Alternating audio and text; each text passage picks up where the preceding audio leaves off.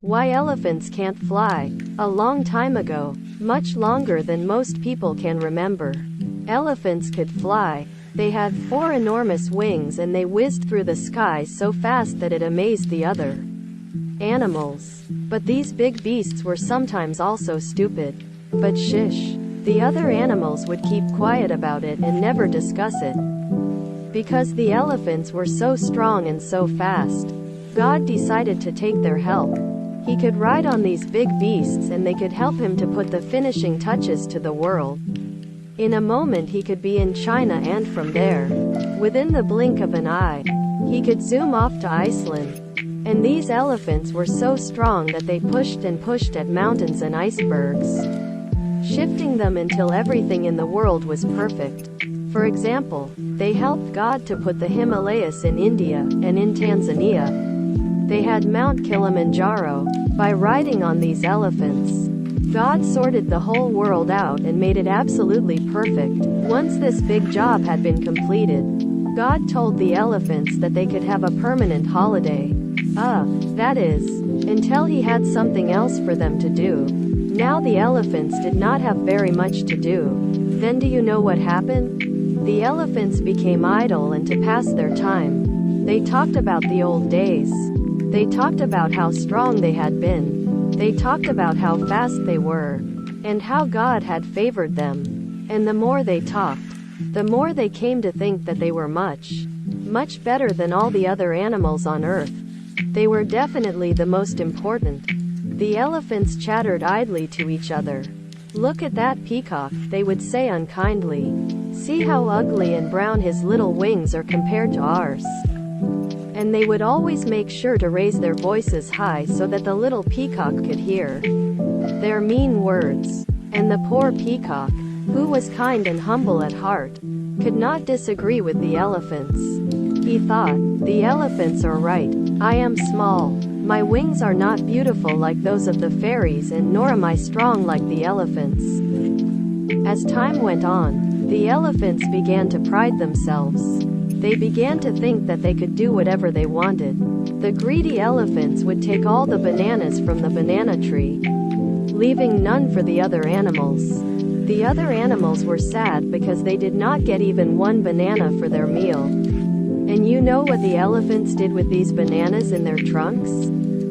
The elephants would come down into a village, any village they liked, and they would spread their wings like a carpet and sit down to have their picnic. The whole village would be squashed under the weight of the elephants. The houses would be flattened and the fields would be ruined, and the villagers would be deeply upset. The poor villagers were very angry at the destruction of their homes. And the animals with their empty stomachs were also very cross. And so God decided enough was enough. These proud and greedy elephants had gotten far too big for their trunks, and needed to be taught a lesson. God invited all the elephants for a chat. He said to them, "Oh mighty elephants, listen to me. I am very grateful to you for helping me make the world perfect. So I want to throw a party, only for the elephants." All the elephants were very happy. One elephant said to another, "See, even God can see how strong and brave we are, how much we have helped him. It is right that he should have a party just for us." Single quote. So the greedy elephants, all puffed up with pride and confidence, turned up to the feast one by one. As promised, God had found the best food, and there were mountains of it. Bright yellow bananas, deep red pomegranates, tangy guavas, juicy mangoes, whatever fruits you could imagine, they were there. The greedy elephants were delighted, and they ate it all up, every last bit. By the end of the meal the elephants were so full that one by one they dropped off to sleep, surrounded by discarded banana peels and mango skins. This was the moment God had been waiting for. When the last elephant had closed his eyes, God took out a very big knife. Quietly, he went to each elephant and chopped off their wings. And he gave these beautiful wings to the little peacocks. The little peacocks were so happy that they ran into the forest to sing and dance. Have you seen the peacocks dance? The peacocks dance. The peacocks dance? Have you seen the peacocks dance? All around the trees? Yes, I've seen the peacocks dance. The peacocks dance. The peacocks dance. Yes, I've seen the peacocks dance. All around the trees. And now think of the elephants. When the elephants finally awoke from their long sleep, they were shocked to see the beautiful peacock swishing his impressive feathers at them. They were really angry, but God had no time to listen to their complaints. Instead he said, I want you elephants to become nicer, kinder.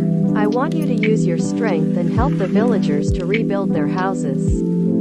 The elephants felt very ashamed of what they had done. They resolved to help the villagers as much as they could. So even today, in every village, there are elephants that come and go, helping people as they pass by.